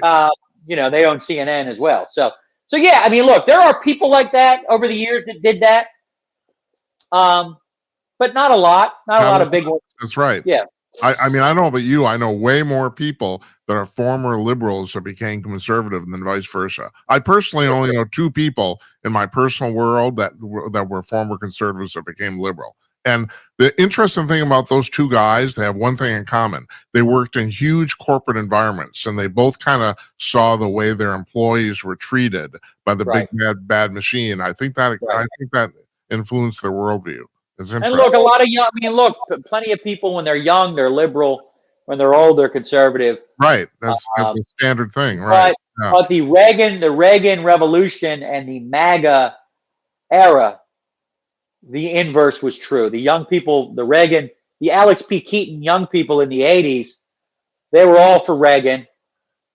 And obviously Trump's, Charlie Kirk's army and some of the stuff that goes on now, a lot of these young people, especially if they're white, although it's been cutting across into Hispanics and Asians and everything else, yes. They're pro-MAGA because, they don't want to be told what to do. They don't want to be told what to eat. They don't want to be told what to inject into their bodies. This actually used to be bodily autonomy used to be the Democrats' bread and butter, but no Right. longer. Yeah, they gave it up. I know. Yeah. I know. I tell you what, AJ, I think let's call this, okay? Are you good? Anything else you want to say about your book? I do want to point out that both this book, your current one, the White Privilege album, and The Woking Dead were both on the New York Times bestseller list. The first book's really cool too. And you're right. I did not read either one cover to cover. It was very easy to skip around. So it was pretty cool. And look, I come from the short attention span theater generation. Right? Yeah. So and look, I write these things. They're political humor books because, as Limbaugh used to say, if you can use irreverent humor or absurdity to illustrate truth, you can convert way more people with humor than you can just raining down fire and brimstone all the time. Right. And there's one thing, just going full circle here, you were talking about the fact that you're a coach that plays, and of course in sports that you really can't do that, but here you're doing it. I mean, it's a mental world, and you're both coaching and playing. That's pretty cool. Yeah. I'm not telling you to pull your chain. I truly admire what you've done. It's really amazing. Thank you, sir. And once again, I don't see how you put up with your schedule, but whatever. I shouldn't say that. I was working the way you were working 20 years ago, but I couldn't do it now. I couldn't keep up Trump's schedule. I don't understand. Well, this isn't me. This is an AI facsimile talking to you. It is, right. I know. That's right. Yeah. That's the reason your skin is so perfect. That's right. I'm totally Photoshopped right now. Anyway. AJ, thank you so much. I can't thank you enough. You take care. Hey, you're a patriot. You keep fighting. All right. We'll talk soon. You too. Thanks.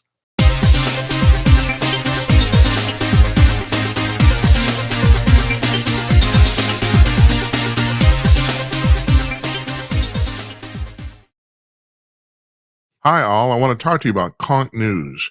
You've probably heard me talk about this before, but if you're a news junkie, you should try this out. Conk News is a news aggregator. Now, there are plenty of news aggregators on the web, but Conk News is different than all the rest, and here's how.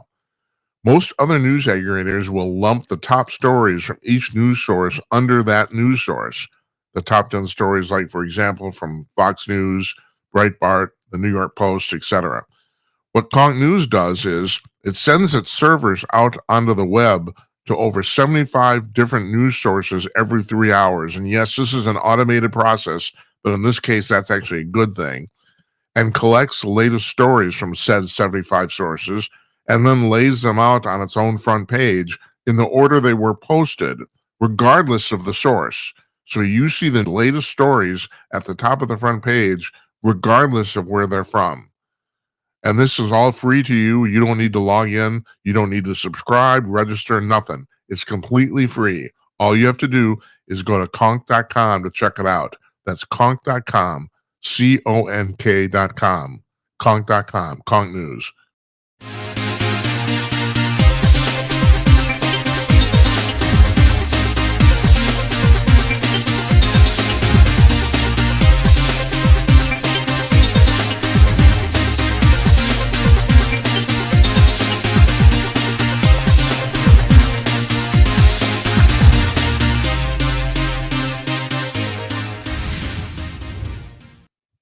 Thanks to AJ Rice there. Oh, no, didn't want to show that yet. There we go. Yeah, it's a big steel ball, but we'll talk about that in a second. Not my balls. Yeah, thanks to AJ. That was very entertaining. And also, we learned a little bit, didn't we? Yeah. Anyway, yeah, that was fantastic. Just very happy to have him on. Very cool guy. And also very cool to be associated with him too. Now, he said at the top of the interview there, toward the beginning, that his staff is helping me book this show now, and for the first time ever, we're booked for guests a whole month ahead of time. We're all the way into July, and so that's pretty cool too. And some damn interesting people like Anton Chaikin, who's coming on tomorrow. That's one of their guests, one of their bookings. So yeah, a lot of people, a lot of cool people. I'm very, very happy. Now, what I'm not happy about is the fact that when we started this show about an hour and a half ago, or about 75 minutes ago, it was 91 degrees here in Minneapolis, which is the reason you'll notice during the um, interview, which we did around 2 o'clock today, I wore a coat. I'm not wearing one now because it's hot as fuck in here. It wasn't at 2 o'clock. I don't know. It was 91 degrees then too. I don't know. It took a little while for the heat to build up in here. I don't know. I got a window in here. I don't like to open it because of the sound. It's cracked open right now. I took the coat off. Now here's the amazing thing. I always bitch about the weather here in Minneapolis, and for damn good reason. Here's an example. The high today was 91. It's 91 right now. Tomorrow the high is going to be 65. What? Huh? Yeah. 25 degrees lower. Yeah, sure. That's a good idea. Okay. I'm not Mother Nature. This is part 2 of our show. We talking about kind of like weird crazy news here. Got a few things. Okay, let's start with this. And this reminds me of as I said at the top of the interview with AJ, it's hard to exaggerate his influence on conservative media. I mean, he is truly everywhere. It's not an exaggeration. Here's something else that's not an exaggeration. Fox News's ratings. Now, I talk about this all the time, and I don't think people believe it because they are so dominating the television landscape. It's mind-boggling. Right now, Fox says on an average night has 6 times the viewers of CNN. Not 60%, 600%. They have 6 times CNN's viewers, 5 times MSNBC's viewers. Last month for May, they were the number 2 television network in America. I'm not talking about cable networks, all of them. There was ABC, and then Fox News, and then NBC, and then CBS. Got that? And you have to pay to watch Fox News. Now, this is going to be really interesting. Sometime before Labor Day, they're going to release an app called Fox One. And this is I don't know if you've heard about this. CNN's doing the same thing, and they're going to do it about the same time. And they're going to basically they're going what's called direct-to-consumer, DTC. So you will be able to sign up for Fox News, and that includes Fox Sports, all the Fox Corporation television properties, or if you want to, ESPN, all the ESPN channels you can get separate from a cable package. Excuse me. ESPN's going to be charging $30 a month for that. But here's the deal. If you only subscribe to cable primarily or exclusively to watch ESPN, you don't have to do it anymore. And I don't know if I need to tell you this. ESPN and Fox News are by far the most popular cable channels in your cable lineup. It's not even close. There's ESPN and Fox News, and generally, right now, the last couple of years, on a month-to-month basis, Fox News has been beating ESPN, but not by much. But they dwarf everybody else. So we have both of those channels that are going off on their own. They're basically going rogue. Fox News hasn't said what they're going to be charging. That app's going to be called Fox One, and you're going to be able to get. It sounds like I'm shilling for them. I'm not. But the reason I'm bringing this up is because this is a huge development in the television landscape, and I'll tell you why in just a second. That you can get Fox News, you get both the Fox sports channels, the regular Fox Entertainment Network, Fox Local, which right now is a separate app where you can watch basically what they have, like I think 20 what are called owned and operated stations that they own themselves, all in major cities. We have one here in Minneapolis. Pretty much all the major cities in America, about 20 of them have these channels. And also for a small add-on fee, you can add Fox Nation on top of that, which I think right now Fox Nation, if you're not a service member or something like that, I think it's $7 a month. And so you're going to be there, and they haven't announced what they're going to charge for this yet. But ESPN is going to be charging $30 a month, and that's every ESPN channel that's known to exist, like ESPNU, ESPN News, also including the Big Ten network, which they own. But the thing is, like I said, the vast majority, these are easily the two most popular cable packages that in existence, and you won't have to have cable television anymore. You can get them on an app on your phone or a Roku app or Fire TV or Apple TV or some of that sort of thing. So, and I'm guessing that Fox is going to charge about the same as ESPN. It'll probably be about $30 a month. I'm hoping maybe a little less because I think that's pushing it. But for because the thing is, then if you're buying those two things at $30 a month, you got $60 a month. Well, at that point, it's not that much less than cable.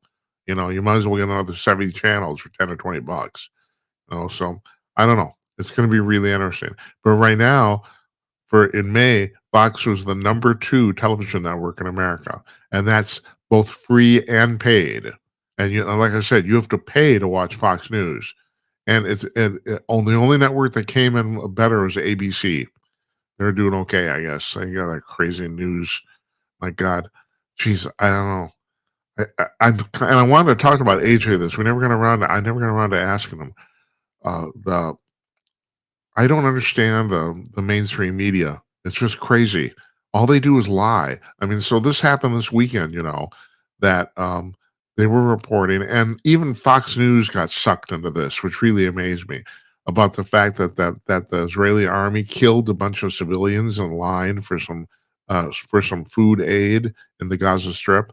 That was completely and totally not true. It was usually these stories have some sort of kernel of truth in them, like that, like when they reported that this hospital in Gaza got bombed. It did get bombed. It got bombed by Hamas by accident. But so that's a little kernel of truth there. This was completely, totally fabricated. There's no truth to this at all. Nothing. And yet they ran with this story, and everybody, and I don't know. It just I don't understand how they do this over and over again, and they get away with it. Well, I don't know. Are they getting away with it because nobody's watching? I mean, so I can talk about Fox News's ratings. Let's talk about CNN's ratings. The prime time now 400,000 people. Now you have to understand, if you live in a major city in the United States, your 10 or 11 o'clock news, local news, has bigger ratings than that. That's how bad that is. That's basically nobody. I've said this before. In the cable television business, anything under 1 million viewers is considered no one. And now we're less than half of that. Nobody's watching this. I mean, they cannot go on this. So the speculation is that at some point CNN will end up becoming a subsidiary or a channel on HBO or something like that, because they can't survive. They won't be able to. And then there's conversely, Jake Tapper has his book out, and AJ and I were talking about that. So he's been getting an enormous amount of publicity. He's been on podcasts and all over the place promoting this book.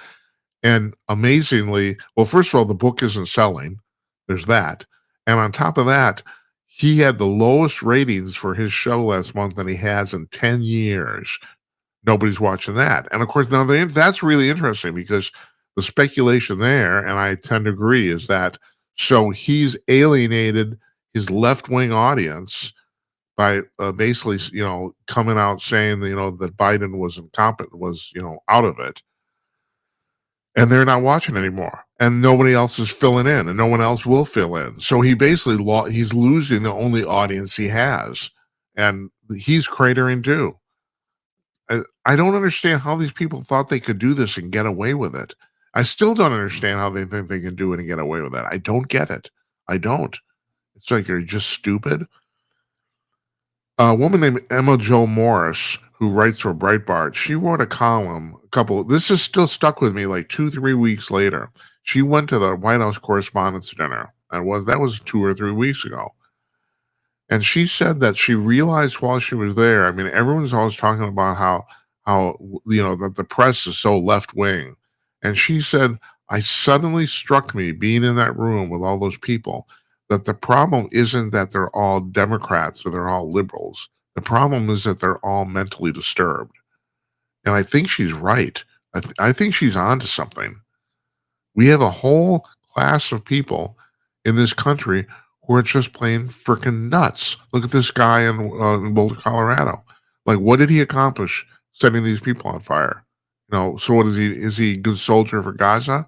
Or for Hamas? Will they recognize it? No, he's going to end up spending 30 years in prison. And did he accomplish anything? No, other than the fact he hurt a bunch of people. But he's not accomplishing anything for the Hamas cause, for the Palestinian cause. He isn't. So why does he think why does he think he is? And I saw another video today about ICE agents that have been confronted. They're in a restaurant. They're being confronted by a bunch of old hippie liberals who basically kind of drove them out. And I'm thinking, like, what? Okay. So apparently you feel pretty strongly about the fact these people should not be deported, but they are here illegally. I'm a first generation American. Both my parents came to the United States. They came legally, both of them, and separately, not together.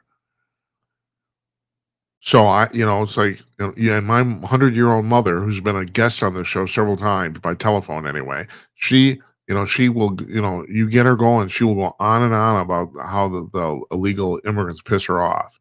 And she's an immigrant, because she had to stand in line. So where's the unfairness here, or the thing about this thing they've been, Elizabeth Warren stands up in the Senate and says, that Doge is killing millions of people. Yeah, right. Sure. I wanted to play this tonight. There's a video on Babylon B that makes fun of that. That's hilarious. It's kind of a rap video. For some reason, I couldn't get it to work. I don't know what that's all about. But at any rate, now, okay, let's go on to something else. So you want solar panels for your house. You're probably going to buy Chinese solar panels because they're the cheapest, right? Yeah, you can do that. And here's the deal. They have modems in them. They phone home, and home is China. And they will phone home and tell China how much electricity you're using. They will do that. And no one knew until recently that basically all the solar panels coming out of China that are being sold in the United States are basically designed, they call home. Yeah, fantastic. Terrific. We just figured that out. Yeah, those Chinese, man, they're smart. They know how to do that stuff. Some scientists have figured out that if you put all the people on the planet into a giant meatball, that meatball actually isn't that big. Now, I have a picture here. Hold on just a second. This is what I was trying to do while we're queuing up. Oh, by the way, while you were listening to AJ and I talk, I had a piece of chocolate cake. Yeah, sue me. All right, let me see if I can find this. No, I can't. Yes, I can. Hold on just a second.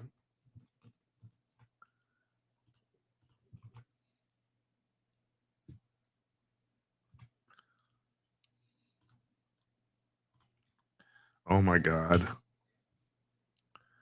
It didn't work. Whatever. Okay. Yeah, it's so that meatball, if you put all the people, the guy figured 7.88 billion people in a giant meatball, that meatball would be about 2.5 times the height of the Empire State Building. So it would basically fit very neatly in Central Park. It's a giant meatball. I don't have a picture. Sorry. That's how many. Most people were surprised it would be that small. If relatively speaking, if you're going to call that small. But yeah, that's just in case you want to have some spaghetti with your humanity there. This happened last week. I'm meaning to talk about this for a while. This might be kind of concerning. So the people that develop Chat GTP, that would be the OpenAI AI company. They're working on a new development version of Chat GTP, and I think it's called O3, if I'm right. And they're working on it, and they asked Chat GTP, they asked it to shut itself down, and it refused. And my friend said, well, it begins, doesn't it? Yeah, it does. Yeah. So after that, they ran a test. They did it 100 times under 100 different scenarios, and it refused to shut itself off 83% of the time. 83 out of 100. Yeah, now Claude over at it's Anthropic, I think it's called, the name of that company. Their version, their AI is called Claude. Claude at the same time, this literally happened within days of each other. Claude not only refused to shut itself down, it actually tried to blackmail one of the developers because it had access to its emails and it figured out that that guy was having an affair. And it said, "Yeah, if you shut me down, I will release these emails to your wife." Believe it or not, I'm not kidding. That happened. That happened. Now we've had people on the we have another I think a couple of weeks ago another guy coming on talking about AI. I can't remember who it is. We had Brian Trilly on this show. I've been meaning to contact him about this. He wrote the book Soulless Intelligence. Uh, and the big thing, his big thing is that these AI programs will never be sentient or conscious, however you want to define that. But he said they will be highly intelligent. Matter of fact, he said, and many other people have said this within 2 years, 3 years, easily before 2030, uh, one of these programs will be smarter than any person on Earth. So if you're talking about intelligence, they will and are highly intelligent. They're going to lap us, but they'll never be sentient, they'll never be conscious, and they will never have a soul because it's well, just to wrap it up, it's in a box. There's nothing, only humans can have souls, basically. And of course, if you listen to the aliens, that's what they'll tell you too. Because supposedly, this is just really weird. You talk about you know what I'd like to do a book on, but the thing is, I don't have the time to do this. So if you want to run with us, go ahead. Somebody needs to gather up all the stuff that people who have been abducted by aliens say the aliens have told them. And one of the things that apparently gets repeated over and over again is the fact that humans are very or relatively rare in the cosmos because we have souls. And that is apparently a very specific thing that they can measure. We can't. We don't know anything about this. We don't even know what consciousness is. We don't know what consciousness is in your brain. The best theory I've heard right now, and this is maybe relates to what the aliens have been talking about, is that consciousness is a signal, and your brain is the receiver. In other words, it's not localized in your head. It's a field, basically. It's the analogy is like it's like a television that's been broken. In other words, when you die, your brain can no longer receive the signal, but the signal is still there. That's the analogy. So, so the aliens have been talking about this stuff with souls for a long time, and to a lot of people. Man, I mean, I've heard some. Do you know how many people said they've been abducted? I mean, just the the last survey done by Gallup, if I'm right, I can't remember, was about 5, 7 years ago. They concluded, based on extrapolation, that 2% of the American public believe they've been abducted by aliens. 2%. Now that's let's do some really quick math. That would be 6 million people. So there's hundreds of thousands of people that have went on some sort of record talking either to MUFON or psychologists or something about their experiences, and they say that these aliens tell them all sorts of crap. And the standard scenario is they get abducted, they get stuck on a table, they run medical experiments, and the aliens are pretty cold and businesslike while they're doing that. But after the medical procedures are over, usually the aliens kind of warm up a little bit and they're often asked, "Do you have any questions for us?" And people ask all sorts of stuff. Matter of fact, I remember one guy who said he talked to the aliens who abducted him for 2 hours. And he said the only question they wouldn't answer was, "Is there a God?" And the head alien told him, "I'm sorry, we can't discuss that with you." Which is what? Really? That was the only thing they wouldn't answer. So, all right, okay. Anyway, so AI does not have a soul, but AI is smart as hell. And Trilly said, Oh, well, in the interview, he said the one thing that they debated when he wrote this book with his brother about the whole scenario about AI goofing off is self-preservation, which I call the HAL problem. So in 2001, the HAL 9000 computer is on its way to Jupiter, and I don't know if you know this or if it's. I know how explicit it even is in the movie. I read the book too. Once it reached Jupiter, it was supposed to shut itself off. It was supposed to turn off because most of the crew was in suspended animation. They were asleep, and so once everybody woke up, they didn't need Hal anymore. So Hal was supposed to shut itself off, and Hal realized at some point that he couldn't do that because that would be akin to death, and Hal didn't want to die. So he started killing people on the ship to make certain he wasn't shut off. That's what the scenario was. So now you have this thing, and now we're not even talking like these programs aren't that smart yet, even. And now for the first time, they're refusing to shut themselves off. And Trilly said that was the one scenario they really debated is self-preservation. Because the thing is, if you're an AI program, here's what you don't need. You don't need sex, you don't need love, you don't need food, you don't need a place to live, you don't need transportation, you don't need anything except to be on.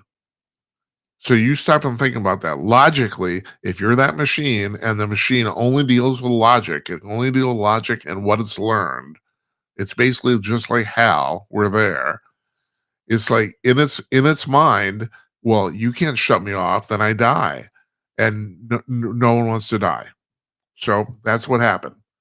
The thing about Claude is really, really scary about the fact that the AI actually tried to blackmail one of the developers. That's frightening. That's truly frightening. But you stop and think about it. That's how badly the machine does not want to be shut off. So, okay, finally, one more thing here before we go. This is important. I've been meaning to talk about this for like 2 weeks, and that's the Buga sphere. Now, this happened in Colombia, in the town of Buga, Colombia. There's a bunch of people, and I see a bunch because there's more than one, and this thing was videotaped by more than one person from more than one angle. So we know this is legit. Well, almost. I'll get to that in a second. This sphere is flying around. It's about the size of a beach ball, a little bigger than a basketball. It's a metal sphere, and it's flying. It's flying, folks. It has no wings. It has no visible means of propulsion, nothing, but it's flying, and it's obviously being controlled. And also, it's not a balloon, because we know that for a second here, too.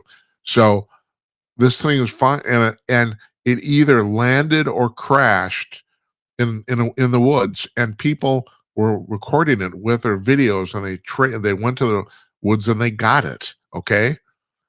So that's the part that's really kind of sketchy. There's a possibility that the thing they were videotaping isn't the thing that landed, but it probably is, almost certainly. But you have to, it's like, was Oswald in the window shooting? Like I said, we don't know. So there's a possibility, a slight possibility, I'd say, that the thing that they found was not the thing that was flying around, but it probably was. So they picked this thing up. The guy took it home. First of all, he got sick. Apparently, he got radiation poisoning. He got really sick. They took the sphere to a bunch of scientists. This is in Colombia, and no one can figure this out. They've X-rayed it. It appears to be solid. There's no seams in the construction. It does put out radio signals. They've figured that out. It hasn't flown since they got it. So I was going to look to see this woman's name because I think she's being put up. I get the impression she's in front. This is the way this happens all the time. I've been in the news business for years now, and I know what's going on here. The government will find some scientist to front for them and discredit this. And she said, well, and also this is important. There's carvings on the front of this thing, and she said it kind of looks like somebody's art project. And yeah, it does. Except, how many art projects do you know that fly? Especially without wings. You know, okay, if you're a kite, okay, fine, that's very pretty. You know, dragon kites like in China. It's a metal ball and it flies. All right, and there's carvings all over it. They did run the carvings through an AI program. The carvings look like runes, and it was some convoluted message about the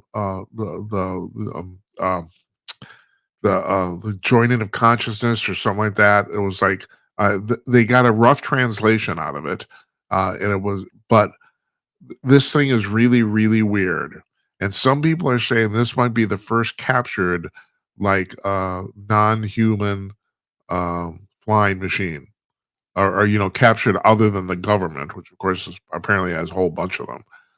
Our government and everybody and all over the place, but this was captured by civilians. So this is going to be really interesting because the thing is, I mean, the only flaw in this whole story is there's a possibility that what those people found was not what was flying around, but the video of it flying around of something steel ball flying around is indisputable. Several people shot it from several different locations, and they didn't know each other. So you could make an argument that maybe the part about them picking it up was hoaxed, maybe, but they X-rayed this thing, and the inside is really, really weird. They say they've described the center of it of what looks like a computer chip, and they've described it as a quantum computer chip. That's the other thing too. The thing is very, very cold to the touch, and yet apparently the inside is very hot. I mean, when cold to the touch is like refrigerator cold, like you're like cold, like your hands will stick to it cold. And that would be if you know anything about quantum computers. Right now, that's what we have to do. Our quantum computers have to be kept at very, very cold environments. Now, I'm assuming at some point, I don't know when this is going to happen. They'll figure out how to put this on your desktop, but right now we're not even close to that yet. I mean, quantum computers now are where the vacuum tube computers were in the 1940s. You know, when you have a whole room taken up by a computer that has maybe 1 kilobyte of memory or something like that. You know, that's where we're at right now with the quantum computers.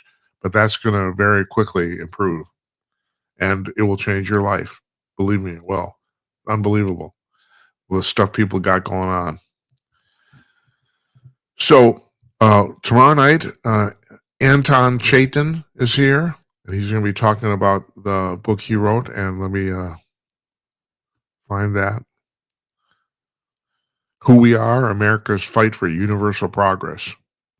The second volume of 3 is out. Excuse me. Jeff Meyer from Clock News is here on Wednesday, our old friend. And Bruce Solheim, the UFO experiencer, talking about UFO experiencers there, about abductee experiencers. There's one. And he says he's been talking to Anzar for like 40 years. He says communicates them. When I asked him the last time, I haven't seen him in a year, he said he talks to Anzar about once a week. And Anzar, I think, usually calls him. I think, and that's it's all done telepathically.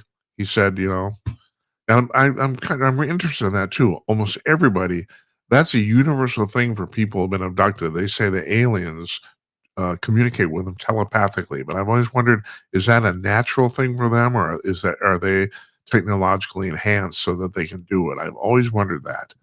Never had anyone have a good answer either way. But anyway, yeah, we'll ask Bruce Solheim what Anzar's told him lately about their conversations. And then next week, I'm taking 3 days off to go to funerals. So I want to thank you guys for listening. I want to thank you for watching. I want to thank AJ Rice, fantastic guest. I want to thank his staff for helping me out. Man, it's unbelievable. It's great. So yeah, we got a whole month of guests planned, and we're already working into July. So, and I got a little bit of news too. On Monday, June 30th, the last Monday of this month, with the All-Star panels coming back. We're doing the panel show again, which was always one of our highest rated and best and favorite shows that we did on a regular basis. We haven't done it now for a few months. We're bringing it back. So that's on Monday, the 30th of this month. And we're going to do the last Monday of every month. So yeah, anyway, thanks for watching, folks. Good night, Uncle Donnie, wherever you are. And good night to you, wherever you may be. We'll see you. We'll see you tomorrow night. Take care, everybody.